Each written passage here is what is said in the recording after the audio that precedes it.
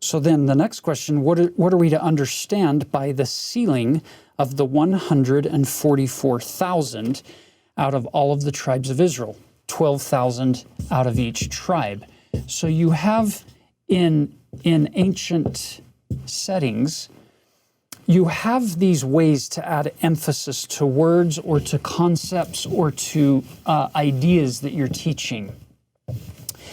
One of those ways when it comes to numbers is to multiply them by 1,000. Or by themselves. Or by themselves. Well, look what happens. It's a way of emphasizing. It's exactly. It gives more power to it. The number 12, what might that symbolize in antiquity? Well, the tribes of Israel, power and authority, right? We get the 12 apostles.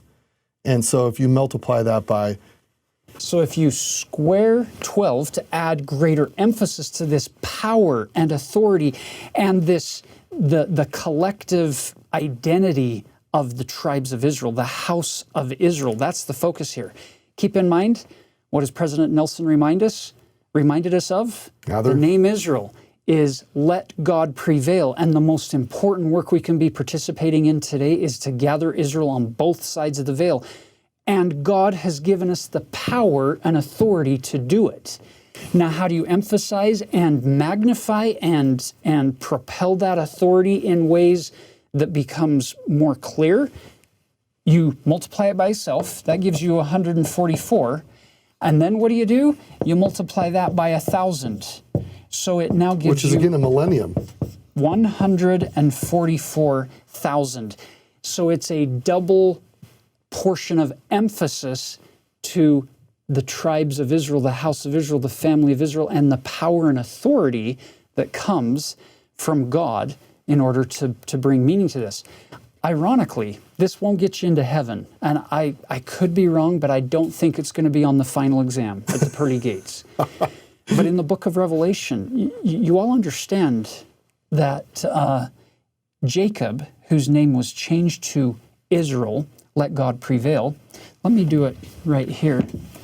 Remember that 1, 2, 3, 4, 5, 6, 7, 8, 9, 10, 11, 12.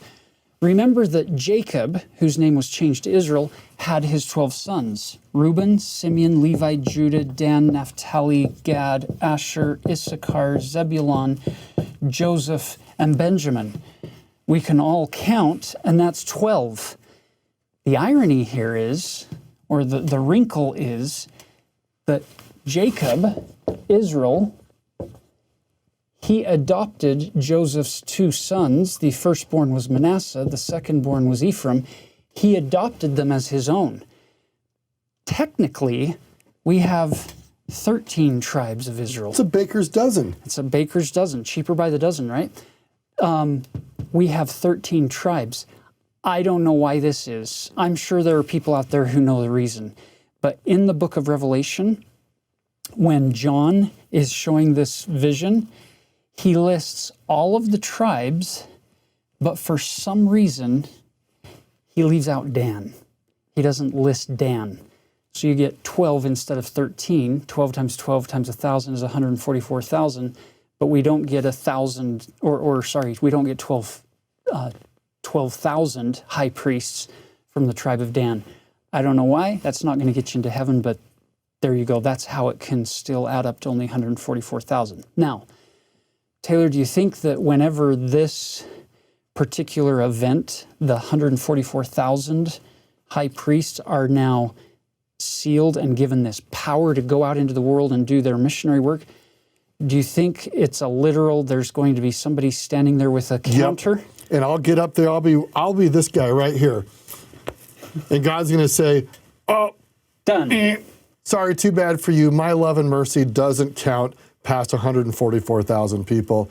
My power and atonement really does not go from all eternity to all eternity. It really only gets to 12 times 2 times 1,000. That's it. There you go. Obviously, He's being a little facetious. silly. So here's the reality. These are verse 11. The answer is they're going to be ordained unto the holy order of God. And by the way, don't you love how God refers to the priesthood as an order? We'll talk more about that when we get to section 107.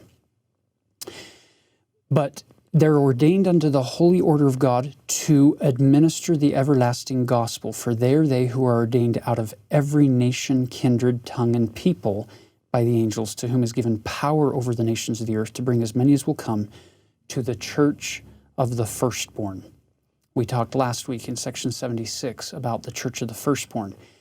So this is the superlative, the greatest emphasis on the most powerful and authoritative group of missionaries in the history of the world to go out into every nation, kindred, tongue, and people and gather the elect into the church of the firstborn. So the numbers are less important than what they represent by looking beyond, kind of like the word piano. Perhaps you look at the 144,000 and see there this superlative power and authority to gather Israel and say, wow, that's going to be an amazing missionary force when the Lord comes to that point in the unfolding restoration.